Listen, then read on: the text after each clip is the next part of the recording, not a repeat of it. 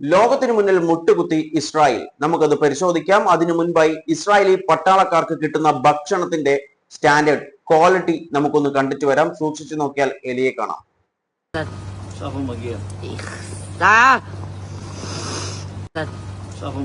കണ്ടില്ലേ, ഈ ഭക്ഷണമാണ് ഇസ്രായേലി പട്ടാളക്കാർക്ക് നൽകിക്കൊണ്ടിരിക്കുന്നത്. ഇത് കണ്ടിട്ട് സഹതാപമൊന്നും തോന്നുന്നില്ല. ഒരുപക്ഷെ ഇവർ ചെയ്തിട്ടുള്ള ക്രൂരത സാധാരണക്കാരോടും എന്തിന് സ്ത്രീകളോടും കുഞ്ഞുങ്ങളോടും വരെ ചെയ്തിട്ടുള്ള ക്രൂരത അറിയാവുന്നത് കൊണ്ടാവാം ഇവരോട് ഒരു തരി സഹതാപം തോന്നുന്നില്ല. നമുക്കിതിന്റെ റിപ്പോർട്ട് വായിക്കാം. ഇത് നടന്നിട്ടുള്ളത് ഹൈഫയിലാണ്. ഒരു ഹൈഫയിലെ മിലിറ്ററി നേവൽ ട്രെയിനിങ് ബേസിലാണ് ഈ സംഭവം നടന്നിട്ടുള്ളത്. അതായത് ഒരു വലിയ തരത്തിലുള്ള ഒരു സാനിറ്ററി കണ്ടീഷനാണ് ഇവിടെ നടന്നിട്ടുള്ളത് എന്നാണ് പറഞ്ഞിട്ടുള്ളത്. ഏകദേശം ഇവിടെ 1200ഓളം മെയിൽ ആൻഡ് ഫീമെയിൽ സോൾജിയേഴ്സ് ഉണ്ട് ഈ ഒരു ബേസിൽ. അത് മാത്രമല്ല, ഈ കിച്ചണിൽ വർക്ക് ചെയ്യുന്ന ഒരു വർക്കറാണ്. അതായത് ആള് പേര് പറയാൻ ആഗ്രഹിക്കുന്നില്ല എന്ന് പറഞ്ഞിട്ടുള്ളത്. കാരണം പറഞ്ഞു കഴിഞ്ഞാൽ പിന്നെ അയാൾ പിന്നെ ഉണ്ടാവില്ല. അപ്പൊ അയാൾ പറഞ്ഞിട്ടുള്ളത് ഇവിടെ ഉണ്ടാവുന്ന ഫുഡ് ശരിക്കും പറഞ്ഞു കഴിഞ്ഞാൽ ഇൻസഫീഷ്യന്റ് ആണ്. അതായത് ഈ മിലിറ്ററിക്കാർക്ക് കൊടുക്കാനുള്ള ഫുഡ് ഇവിടെ ഉണ്ടാവുന്നില്ല. അത് മാത്രമല്ല, ഡെയിലി 12-13ഓളം എലികളെ കാണാം. ഈ എലികൾ വരുന്നത് കൂടുതലും ഈ പ്ലംബിംഗ് സിസ്റ്റത്തിലെ, അതുപോലെ എയർ കണ്ടീഷനിലൂടെ, അതുപോലെ ഈ ചുമരിലുള്ള ഹോളിലൂടെ ഒക്കെയാണ് ഇത് വരുന്നത്. ഈ കാര്യത്തെ കുറിച്ചിട്ട് കുറച്ച് മാസമായി ഞങ്ങൾ കംപ്ലൈന്റ് ചെയ്തിട്ട്, പക്ഷെ ഇതുവരെ അത് ശരിയാക്കാനുള്ള ഒരു തീരുമാനവും ഗവൺമെന്റിന്റെ ഭാഗത്ത് നിന്ന് ഉണ്ടായിട്ടില്ല എന്നാണ് ഈ വർക്കർ പറയുന്നത്. അതായത് അത്രയും പരിതാപകരമാണ് അവസ്ഥകൾ. അതായത് ഇവർക്ക് വേണ്ടി ഒരു കാര്യവും പ്രോപ്പറായി ചെയ്തു കൊടുക്കില്ല, പക്ഷെ യുദ്ധം വരുമ്പോൾ അങ്ങോട്ട് ഇറങ്ങി പോയിക്കൊള്ളണം. ഇതൊക്കെ ആ കുഞ്ഞുങ്ങളുടെ ഒക്കെ ശാപമാണ്. കാരണം ഇവർ സ്ത്രീകളോടും കുഞ്ഞുങ്ങളോടും അത്രയും വലിയ ക്രൂരതകൾ എന്തിനേറെ പറയുന്നു, പുറത്തുള്ള ആളുകളെ എന്തിനു പറയുന്നു, ഇവരുടെ അകത്തുള്ള ആളുകൾക്ക് തന്നെ സുരക്ഷിതത്വമില്ല.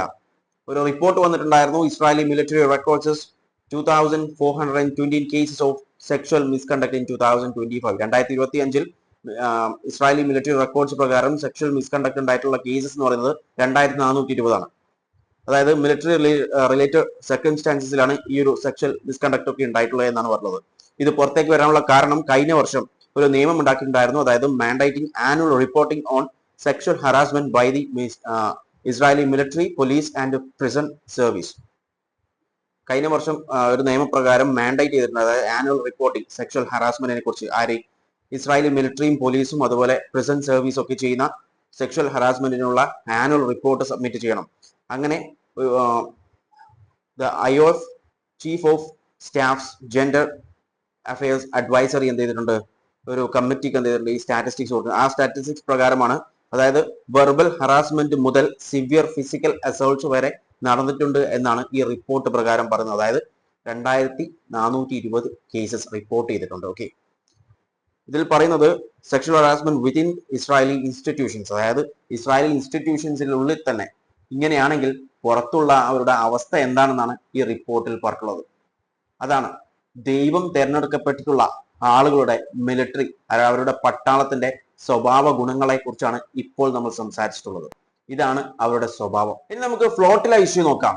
കഴിഞ്ഞ ചൊവ്വാഴ്ചയാണ് ഫ്ലോട്ടില ആക്ടിവിസ്റ്റുകളെ ഇസ്രായേൽ അറസ്റ്റ് ചെയ്യുന്നത്. എന്നാൽ ലോകത്തിലെ പല രാജ്യങ്ങളും ഇസ്രായേലിനെതിരെ വന്നപ്പോൾ മുട്ടുമടക്കി ഇപ്പോൾ ഇസ്രായേൽ ഈ ഫ്ലോട്ടില ആക്ടിവിസ്റ്റ് ആയിട്ടുള്ള 428 പേരെ റിലീസ് ചെയ്തിട്ടുണ്ട്. പക്ഷേ റിലീസ് ചെയ്ത് അതിനുശേഷമാണ് ഈ വോളണ്ടിയേഴ്സ് ഇവരവിടെ അനുഭവിച്ചിട്ടുള്ള കാര്യങ്ങൾ പുറത്തു പറയുമ്പോഴാണ് ലോകം ഞെട്ടിയിട്ടുള്ളത്. കാരണം അങ്ങനെയുള്ള ക്രൂരതകളാണ് ഇവരോട് ഇസ്രായേലി പട്ടാളം ചെയ്തിട്ടുള്ളത്. ആദ്യം തന്നെ നമുക്കൊരു വീഡിയോ കാണാം.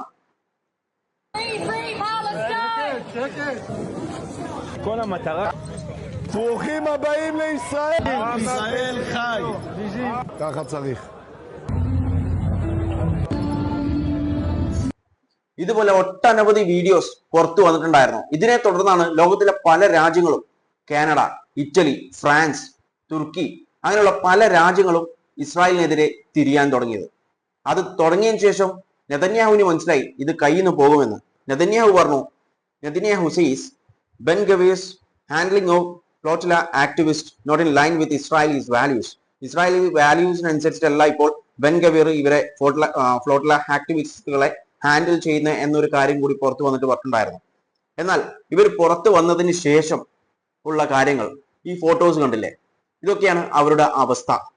കാരണം അങ്ങനെയുള്ള ക്രൂരതകൾ അവരോട് ചെയ്തിട്ടുണ്ട്. അത് മാത്രമല്ല, ഇതിന്റെ ഓർഗനൈസേഴ്സ് പറഞ്ഞിട്ടുള്ള ഒരു കാര്യം എന്ന് പറയുന്നത് സെവറൽ ഹോസ്പിറ്റലൈസ്ഡ് ഇഞ്ചുറീസ് കാരണം കുറച്ച് പേര് ഹോസ്പിറ്റലൈസ് ചെയ്തിട്ടുണ്ട്. അത് മാത്രമല്ല അറ്റ്ലീസ്റ്റ് 15 കേസസ് റിപ്പോർട്ട് ചെയ്തിട്ടുണ്ട് സെക്ഷൽ അസാൾട്ട് ഇൻക്ലൂഡിംഗ് റേപ്പ് അടക്കമുള്ള സെക്ഷൽ അസാൾട്ട് ഒരു 15ഓളം റിപ്പോർട്ട് ചെയ്തിട്ടുണ്ട്. നമ്മളിവിടെ മനസ്സിലാക്കണം, ദൈവം തെരഞ്ഞെടുക്കപ്പെട്ടിട്ടുള്ളവരുടെ പട്ടാളക്കാരുടെ സ്വഭാവമാണ് ഇവിടെ കാണുന്നത്.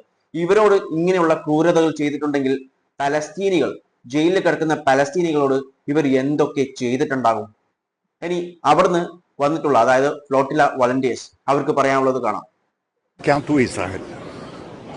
Questo hanno detto. Ti pesavano e ti dicevano welcome to Israel. C'è stato un aumento della violenza? Certo, molto peggio, tutto è peggio, ma fin dagli abbordaggi, voglio dire, a noi ci hanno sparato 2 volte con proiettili non so di che tipo sulla barca prima di salire a bordo, e non soltanto a noi. Con le fascette ai polsi. I microfoni un secondo. Con le fascette ai polsi. E un'altra fascetta che mi teneva attaccato. Un posto del terrore, cioè un posto in cui era praticamente un quadrato di container in cui questi tenevano la gente nei container, pane e acqua, anche poca acqua fino a un certo punto, per quello che mi hanno detto quelli che ci stavano da un giorno. Noi era una delle ultime barche che hanno preso, quindi c'era gente quando siamo arrivati che stava lì da un pezzo, cioè dal giorno prima, e come entravi nel container d'ingresso ti gonfiavano. C'era addirittura una panic room nella quale venivamo introdotti, ci davano le scarpe in mano per essere anche, cioè che non ci potevamo neanche difendere, non sapevamo che entravamo in questo container, e c'erano 3 persone che dicendo welcome to Israel ci picchiavano, 3 energumeni che ci picchiavano selvaggiamente. Io ho preso un pugno nell'occhio, a un certo punto sembrava che non vedessi più, ho preso dei calci ovunque. അയാളൊക്കെ അവർക്ക് അവിടെ സംഭവിച്ചിട്ടുള്ള കാര്യങ്ങളാണ് പറഞ്ഞിട്ടുള്ളത്. ഇത്രയേ ഉള്ളൂ. അതായത് അവിടെ violence കൂടിയിട്ടുണ്ടോ എന്ന് ചോദിച്ചപ്പോൾ പറഞ്ഞിട്ടുള്ളത് വയലൻസ് വളരെ അധികം കൂടിയിട്ടുണ്ട് എന്നാണ് പറഞ്ഞിട്ടുള്ളത്. വെൽക്കം ടു ഇസ്രായേൽ എന്ന് പറഞ്ഞിട്ട് അടിയോട് അടി എന്നാണ് പറഞ്ഞിട്ടുള്ളത്. നല്ല അടി കിട്ടിയിട്ടുണ്ട് എന്നുള്ള കാര്യമാണ്. അതുപോലെ അവിടെ എങ്ങനെയാണ് ഇരുത്തിയിട്ടുള്ളത് എന്നുള്ള കാര്യങ്ങളൊക്കെ അയാൾ അവിടെ ഡെമോൺസ്ട്രേറ്റ് ചെയ്തിട്ട് കാണിച്ചു തന്നു. അതുപോലെയാണ് അവരൊക്കെ അവിടെ ഇരുത്തിയിട്ടുണ്ടായിരുന്നത്. ഇങ്ങനെയുള്ള കാര്യങ്ങളാണ് ഇവരൊക്കെ പറഞ്ഞിട്ടുള്ളത്. അതായത് നല്ല രീതിയിൽ അടിയും കാര്യങ്ങളൊക്കെ കിട്ടിയിട്ടുണ്ട് എന്നാണ് പറഞ്ഞത്. അതുപോലെ ഇവർ പറഞ്ഞു വെക്കുന്നത് ഒരു കണ്ടെയ്നറിലേക്കാണ് ഇവരെ കൊണ്ടുപോയിട്ടുള്ളത്. അവിടെ കയറുമ്പോൾ തന്നെ വെൽക്കം ടു ഇസ്രായേൽ എന്ന് പറഞ്ഞിട്ട് അടി തുടങ്ങി. ഷൂ വെച്ചടിച്ചു, പാനിക് റൂം ഉണ്ട് എന്നാണ് പറഞ്ഞത്. അതുപോലെ കണ്ണിന് പഞ്ച് ചെയ്തിട്ടുണ്ട് എന്ന് പറഞ്ഞു. ഇത് ഈ 2 പേര് പറഞ്ഞ മാത്രമാണ്. നമുക്കറിയാം 428 പേരെയാണ് ഇവർ അറസ്റ്റ് ചെയ്തിട്ടുള്ളത്. അപ്പോൾ ഈ 428 പേർക്കും ഇതുപോലുള്ള കഥകൾ പറയാനുണ്ടാവും. ഞാൻ പറഞ്ഞു, റിപ്പോർട്ട് പ്രകാരം സെക്ഷൽ അസാൾട്ട് വരെ അവിടെ നടന്നിട്ടുണ്ട് എന്നുള്ളൊരു കാര്യം. അവിടെ തീർന്നില്ല.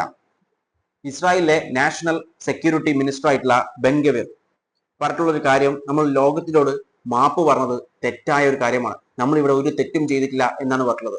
അയാളുടെ വീഡിയോ ഞാൻ ആദ്യം വെച്ച് തന്നിട്ടുണ്ടായിരുന്നു, ഒന്നും കൂടി കാണാം.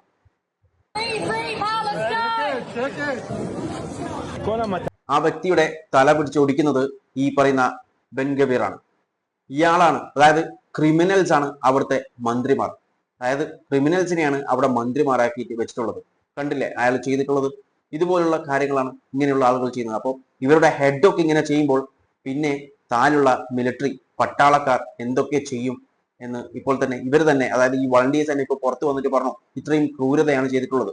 അപ്പോൾ ഇവർ യുദ്ധത്തിലേക്ക് പോകുമ്പോൾ ഈ പട്ടാളക്കാർ അവിടെ എന്തൊക്കെ ചെയ്തിട്ടുണ്ടാവും? പലതും ചെയ്തിട്ടുള്ള റിപ്പോർട്ടുകൾ നമുക്ക് ഓൾറെഡി കിട്ടിയിട്ടുണ്ട്. ഇനി എന്തൊക്കെ ചെയ്തിട്ട് കാണും? അതായത് പുറത്തറിയാത്ത എന്തൊക്കെ കാര്യങ്ങൾ ഇവർ ചെയ്തിട്ടുണ്ടാകും?